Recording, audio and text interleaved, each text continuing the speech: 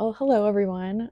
Welcome to my channel. My name is Stephanie, and what you're watching here is the start of a series of mini vlogs about my experience traveling and working as a freelancer abroad. The reason I wanted to start all this is partially just to have a little bit of a record for myself, but I also wanted to share my experience of what it's really like doing this. The pros, the cons, how we're figuring things out as we go. I think it's really easy to see things online, to see people traveling and think that it looks so great, but what we see online is a highlight reel, and I know everyone knows that. It can be hard to understand the full picture, because you're not seeing the full picture. What I'm trying to do here is help fill out that picture a little bit.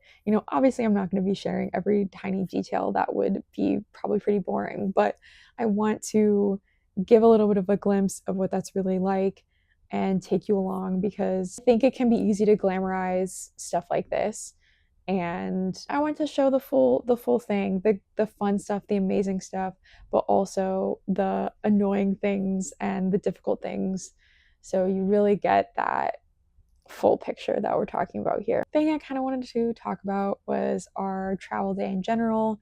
The flight and the trip went pretty smoothly. It was super nice. It was pretty empty, and we got a whole row to ourselves, which was obviously really great for when you're flying on an overnight flight. And we got in to Taipei at like 5 a.m. And then it took us an hour to take the train into the city and get to our Airbnb.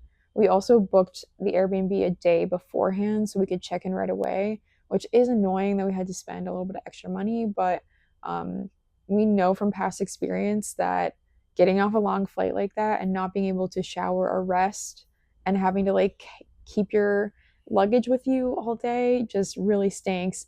And the amount of money we had to pay for that extra day wasn't so bad, and I was just like, it will be worth it to our mental health to be able to do that right away. I've had a lot rougher jet lag experiences. I've usually felt a lot worse coming in off a flight like that to Asia, or any other trip where it's been an overnight flight and it's been 10 to 12 hours.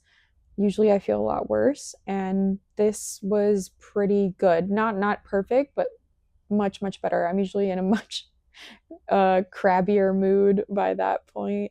I really do think having more space and being able to sleep a little bit better helped. So we flew out of San Francisco to Taipei, and the reason we chose this as the start of our trip was we knew we wanted to go to Asia for the start of our trip, and all I did was look for what is the cheapest direct flight to a place we want to go.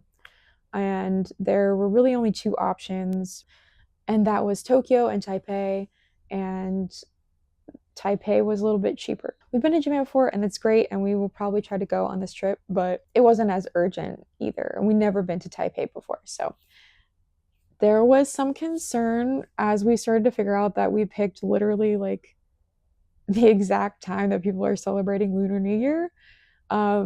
We were worried that things were going to be closed and all of that, and I will be documenting that situation as we go.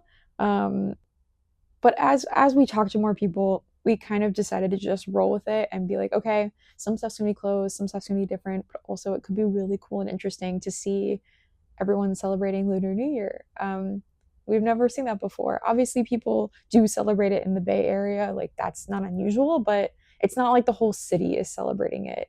We were just excited to experience that as well. The one thing that is hard, and I really hope that we can start to get better at this, the whole process of landing in a new country, figuring out your eSIM, getting cash, and then figuring out how to use the public transport system to get wherever you need to go.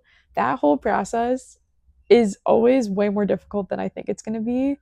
And I'm hoping we either get used to that and expect it, or we get better at it.